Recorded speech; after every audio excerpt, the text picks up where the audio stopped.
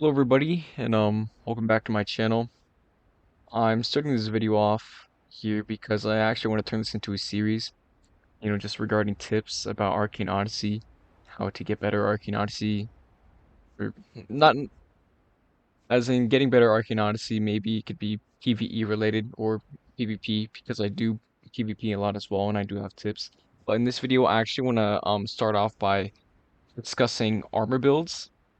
So for me, personally, I have 6 files. All of those are Savant.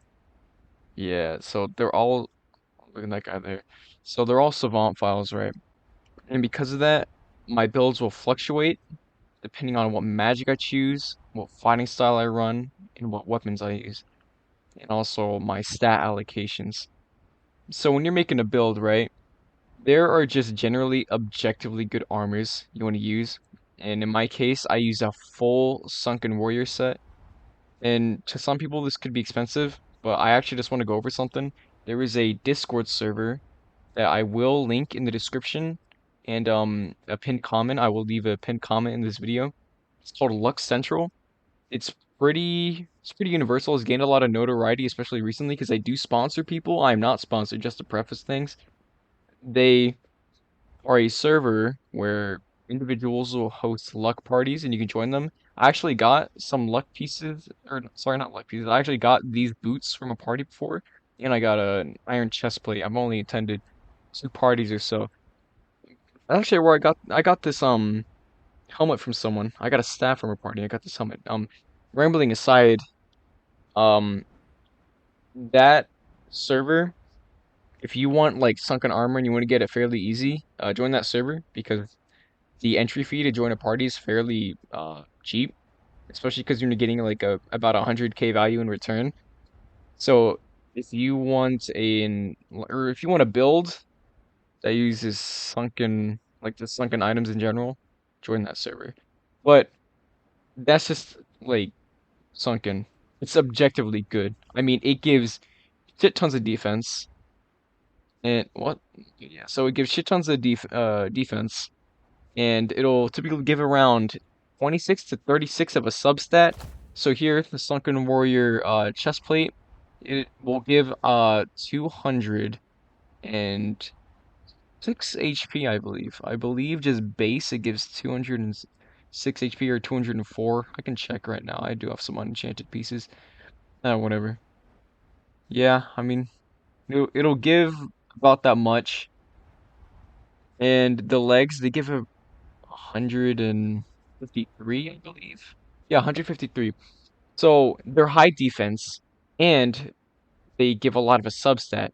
So if you're aiming for a high defense, high attack speed, or high defense, attack size build, you definitely want to aim for Sunken because those are just generally universally good items that a lot of people use.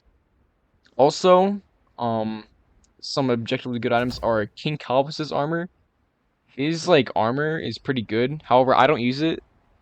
Me personally, I don't use it because my builds don't really require attack size, especially this one.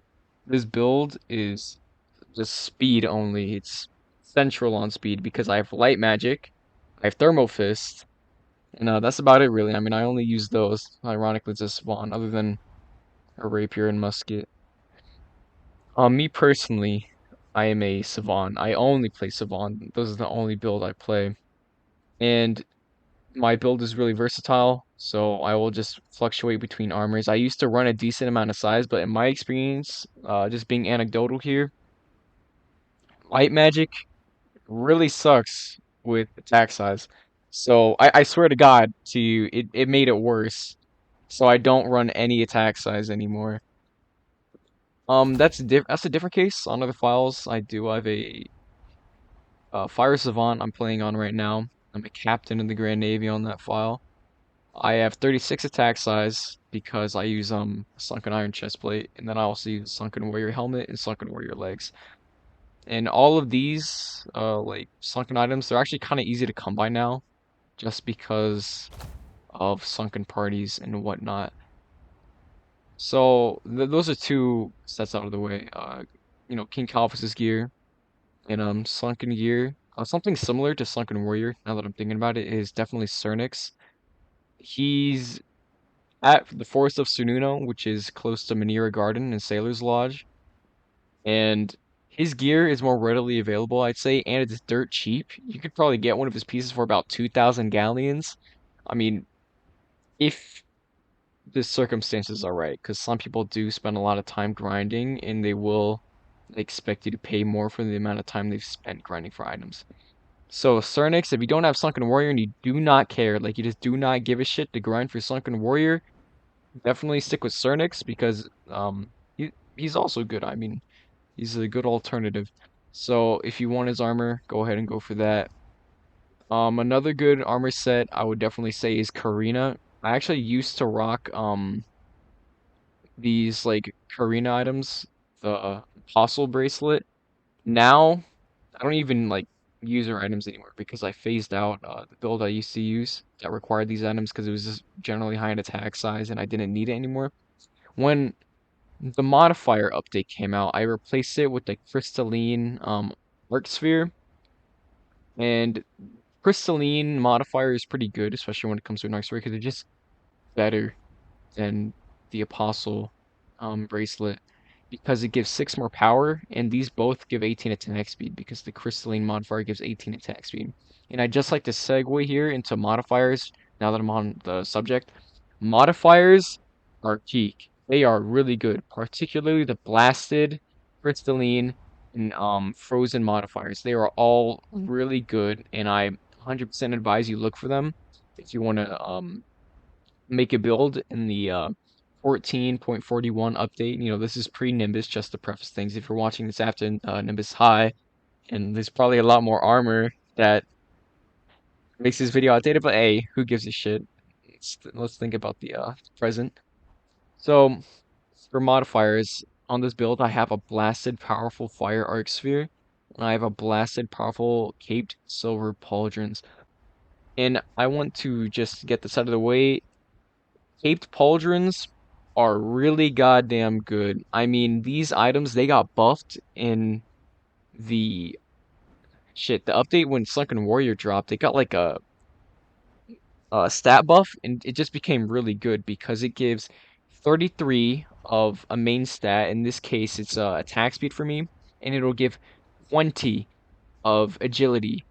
So that's pretty goddamn good, especially when there's an attack speed and agility meta going on in the modern era in Arcane Odyssey right now.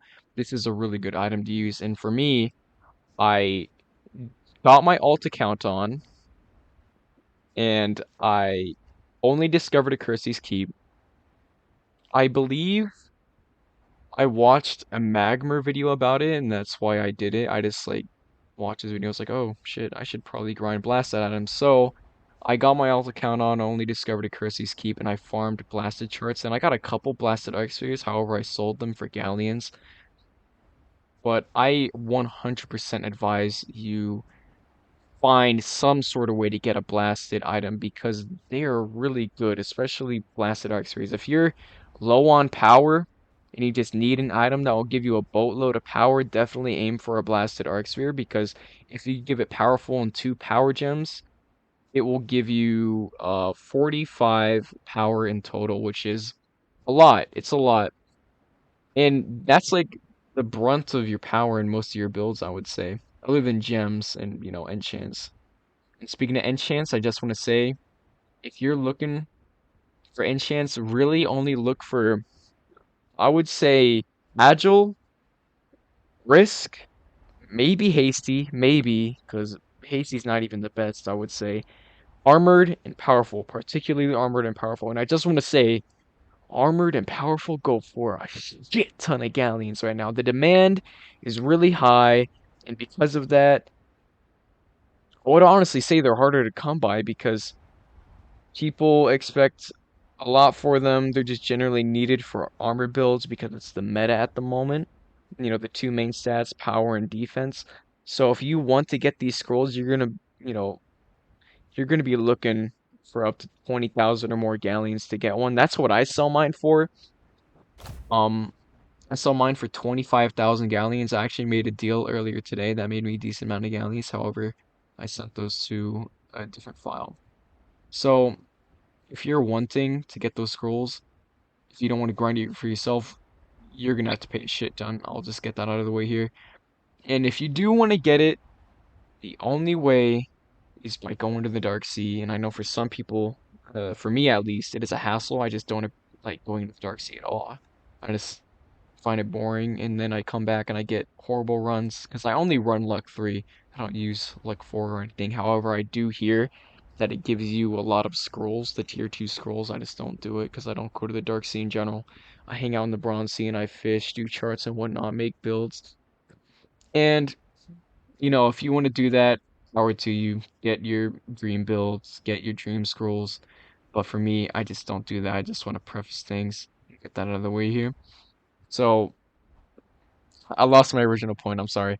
If you want these scrolls, just, you know, you're gonna have to pay a shit ton of money to get them. And that's kind of unfortunate because they're really the only scrolls you're gonna need regarding builds, because most of your armor will be giving you the sub stats you require.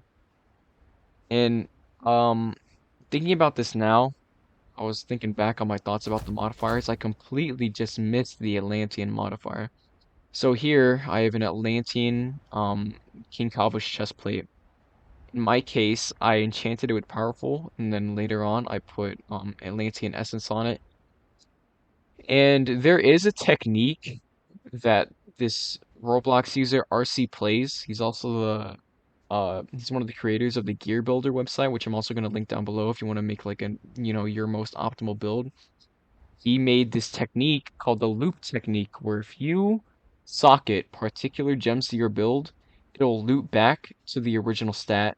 And the original stat for Atlantean Essence is power. So you can brute force this item to give you up to 45 power, because that's what Atlantean Essence gives you um when it, gives the power stat. So I used to do the loop technique, but now I find Insanity like quite annoying, so I don't even run it anymore, regardless of my build. I used to have more Insanity items, but I actually traded them away because I just don't need them anymore. So if you want to run Insanity, that's pretty good. There are ways to actually make Insanity really good for your builds, particularly Insanity 2. I hear there are some like absolutely devious, nefarious builds that destroy in any sort of scenario, PvE, PvP wise. But for me, I just can't run it and I can't show it off because Insanity kind of pisses me off. So if you want to run Insanity, good. Definitely go to the Gear Builder website and find out what Insanity works for you. If you want to use the loop technique, or if you just want to raw dog it and just put random gems on it, cool. So that's the Atlantean modifier. I also want to get into kind of subjectivity. Depending on your class, certain armors are going to be better for you and some will be worse. So as a savant, just as an example, as a savant, typically all stats are good aside from intensity, because intensity is pretty shit, honestly. I mean, there's like not enough intensity to go around to like actually make it useful unless you're making a troll build. So as a savant, you use fighting style up to 2, or you can use up to 2 magics. For me, I only went with one fighting style, and it was Thermal Fist. And I'm not gonna lie, I could use some attack size, but it comes at the detriment of my light magic, so I just went ahead and raw dogged it, no attack size whatsoever. If you're running like, let's say, plasma magic, which is decently quick, and I'm pretty sure it has average size, similarly to fire magic. These two magics are somewhat similar. If you're running that magic, you could run like maybe 18 attack size. Like let's say you're using a Calvish chestplate, you have 18 attack size. That's all right. You don't want to go too much into one stat. In this update, I would definitely advise that you go into like agility and attack speed, because those are the meta right now. You don't want to go too much into one single stat. Just balance them somewhat equally, or just balance one like like just shit ton. For me, speaking anecdotally, what's always worked for me is that I'll put like a little to attack size back when I used to use it.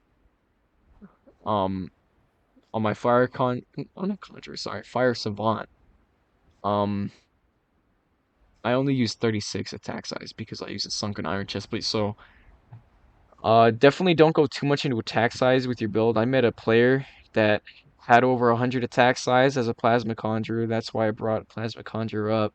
And he only had like 20 attack speed, and it came at the detriment of his build because he only focused on attack size, and you know, that made his build terrible, I would say.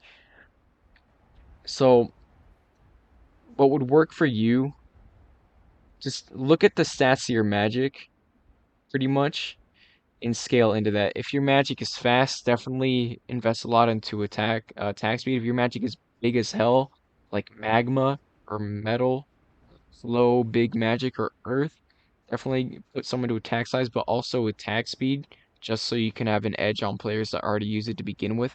And also agility. I do not care, regardless of your build, please at least have the smallest modicum of agility, because I'm not gonna lie, fighting people, particularly fighting people, you don't necessarily have to fight people. I know there's an audience in this game that just likes to PvE. Please, for the love of God, get some agility because some of these dickheads will just zip around like a mosquito, man. I mean, some of these people you just can't hit them, and it's really irritating because of that. So I would definitely aim for maybe 80 agility or more. I know that might be a lot, but just shoot for it. And if you're gonna go for that, definitely go for gems. In my case, my whole build right here is full Morency gems. Like just also random sort of substats like swimming speed, just random shit like that. So definitely um use gems. I completely glossed over this, but gems, yeah. I will get out of the way objectively good gems. Lapis Lazuli, okay, Candelaria, and Morency, alright? You should only be using those. I'm not gonna lie. If you're using Malachite, you're cooked. All right. What are you using that for? You can use an armor that will give you attack size. You don't need a gem because you're losing on two good stats, that being agility and attack speed when it comes to a power gem. And Lapis Lazuli, it's also just good, right? I mean, it gives attack speed and agility, which I've discussed and gone over on multiple occasions in this video, that those are two good stats you 100% want regardless of your build, all right?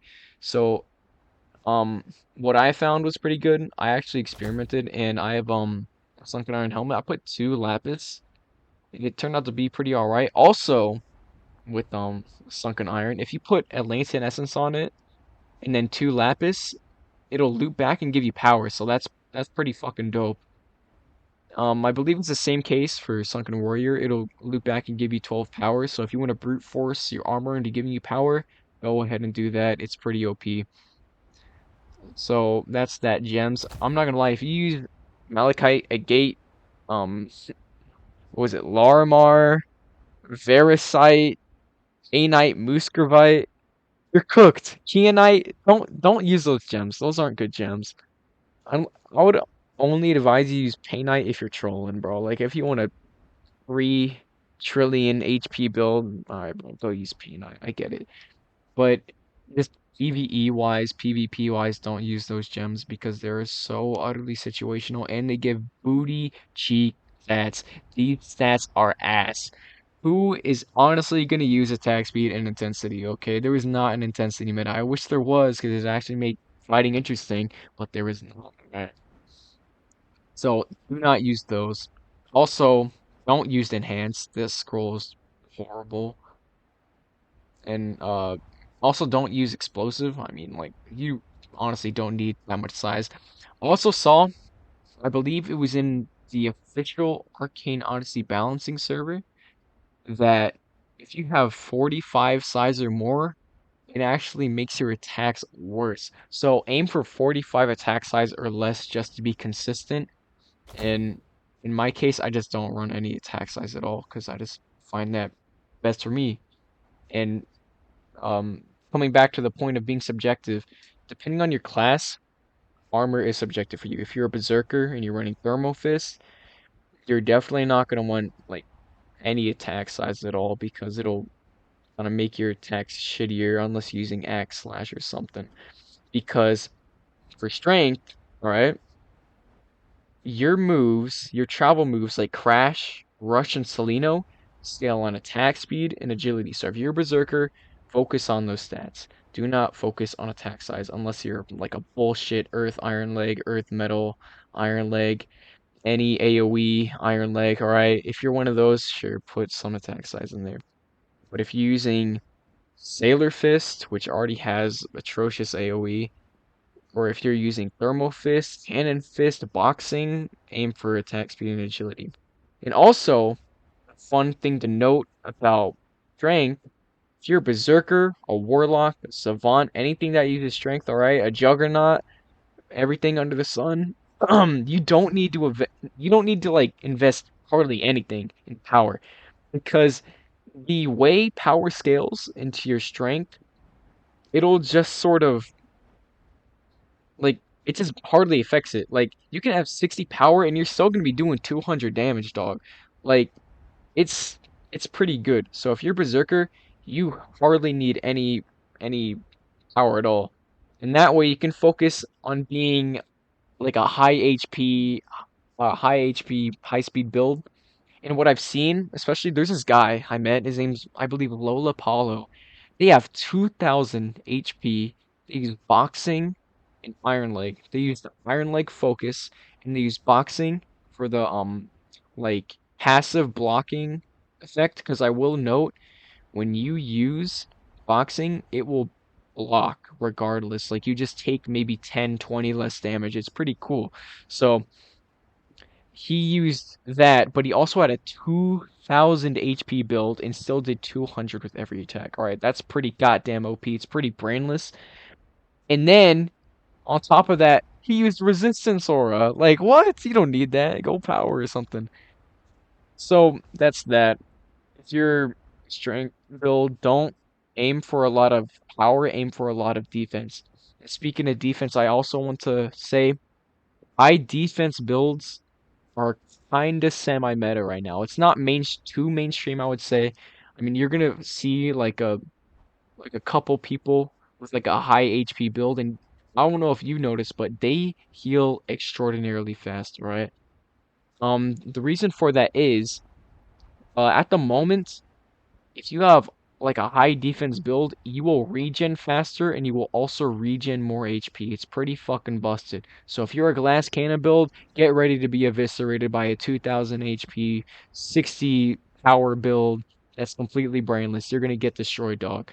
Unless you're like super duper skilled, okay?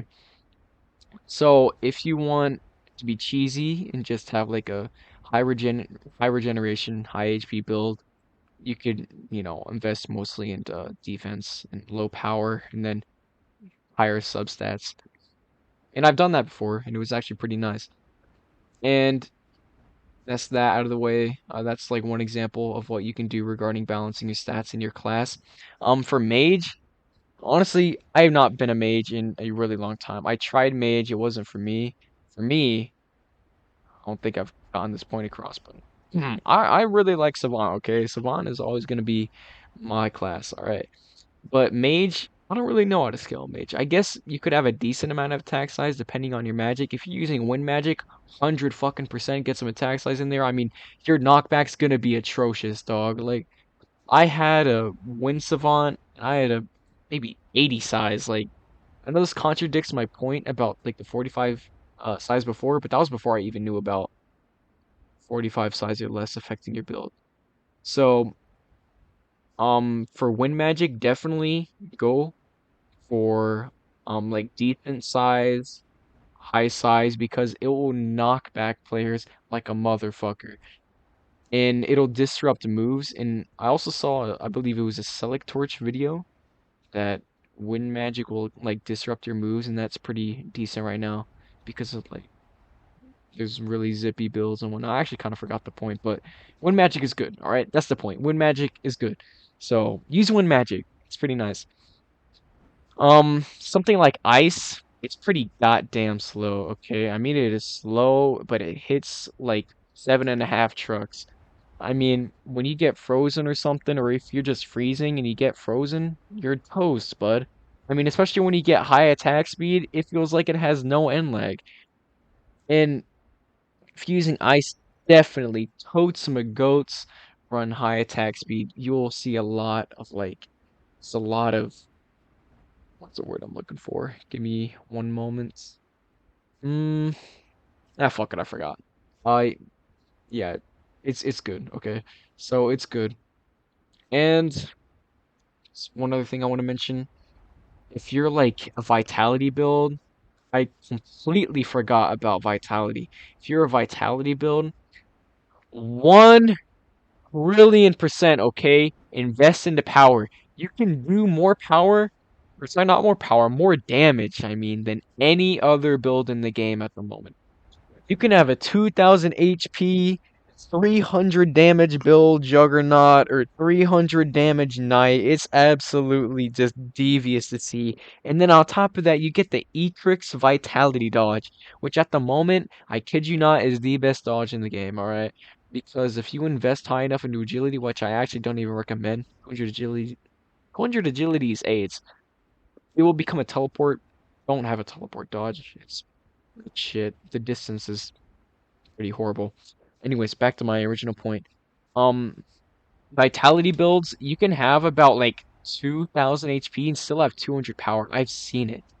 It'll take you some insanity, I believe, or maybe like full Calvis, and that will like run you back a little bit. Like Calvis Karina, maybe Sunken Warrior piece in there, maybe a modified Arc Sphere, maybe any modified piece generally, something like that.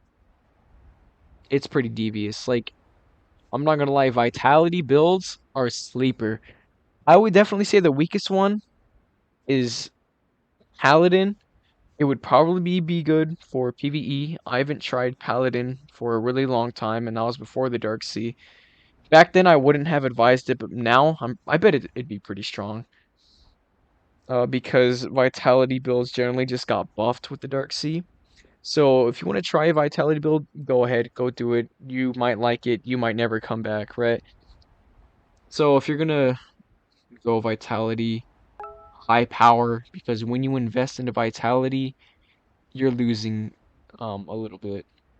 Not even a little bit. If you're investing like 100 stats into Vitality, you're gonna be losing on maybe like 100 or so damage. Like if you're investing 100 stats into Vitality, say goodbye to that amount of damage, really. But to be fair, the amount of armor that like supplies power will make up for that, and you will do even more damage than like any other pure build, hybrid build, savant, dick ball build, right? So that's that out of the way. Oh, sorry, another thing to note. I'm aware vitality builds are gonna be nerfed in the Nimbus C. Um, and this also kind of brings my point back to defense. Defense in the Nimbus C, your healing will no longer be scaled on defense because right now, in the present, your regeneration is dependent on your HP. So if you have high HP, you're gonna regen faster. But in Nimbus C, if you have vitality, you will regen faster. So yeah, that's that. If you're a vitality build, you're generally just gonna regen faster. And also, the way power will scale with vitality is gonna change as well because right now, I'm not gonna lie, it's just an additive. Like if you put 100 stats into vitality, kiss goodbye 100 damage. But you can go 200 damage Knight and do like 270 fucking damage on like a I don't know, flying slash with tempered. It's horrible to see. It's horrible to experience. So yeah, I'm gonna go ahead and change the subject now. I'll let's go back to subjectivity. All right. So what is the best for you? All right. So for me, I believe I've brought this point up a lot. For me, it is definitely high attack speed, high agility, high power because of my light magic. My light magic kind of bitches me, all right? I get bitched by my light magic. It requires a lot of power investment just to do some pretty good damage. So, depending on your magic, you will need to invest more into power, or depending on your magic, you could invest more into defense. Anyway, just find what is the best for you. If you're a magma Sailor Fist Warlock, okay, and you find out that attack speed is the best for you, all right, good. grind for Sunken Warrior, grind Cernix, grind Silver Caped Pauldrons, grind Candelaria, alright, grind all of that. If you're an AoE demon build, if you're a doughy build, like doughy 1173 build, definitely invest high into attack size. I'm not gonna lie, it will turn you into a bozo. Okay, let's just get this out of the way. This happened to me. I invested high into attack size and my aim just disappeared. Like, where did it go? So if you want to go high AoE, just note that. Um, if you want to be a mixture, which is completely fine, all right? You don't have to be one way or the other. If you didn't want to like mix all stats, all right, dog, go ahead and do that. Just find what's the best for you. To be fair, you will have to do a lot of grinding, which is not fun at all, really. In ways of grinding, unfortunately, if you don't want to do it yourself, you're gonna have to pay a lot. If you don't want to pay a lot, you gotta do it yourself. So if you are, what I advise you do when you get a treasure chart, just go out of your way and do it, all right? So let's say you get a treasure chart for Manira Garden and you dig it up, use a rich shovel because it'll make your chest give better loot. And then on top of that, drink luck 3, particularly a luck brew. Like if you're just going out of your way to log on and do treasure charts, put a luck brew on your ship, find the treasure chart, drink from the luck brew, and then collect all the loot. For me, that has been the best way to get modified arc spheres, modified pauldrons, just generally any high tier sought after modified item. Do that. And if you need scrolls, it's Dark Sea or you get your pockets ran, all right? That's that. And for Sunken Warrior, Sunken Iron, Sunken items, either you fish or you just look underwater for shit. That really is the only way, other than going to Luck Central and attending one of those luck parties, which I actually really recommend. Pretty cool server. And yeah, if you want to hypothetically make a build, go to RC Plays Gear Builder website because that is pretty good for making builds. And if you think a build will be good in theory, go to that website, test it out. If you think it'll function the way you intend it to, just go ahead and do it. And yeah, you just straight from there. So I'm gonna go ahead and close off this video here. I want to leave with the sentiment of depending on your class, um, armor will be subjective to you. But just to preface things, there are objectively good armor, and the two objectively good armors are Sunken Warrior and King Calvis. Like those are my two things I think of when I think of objectivity of good armor because of the stats they grant. So yeah, that's that. Peace.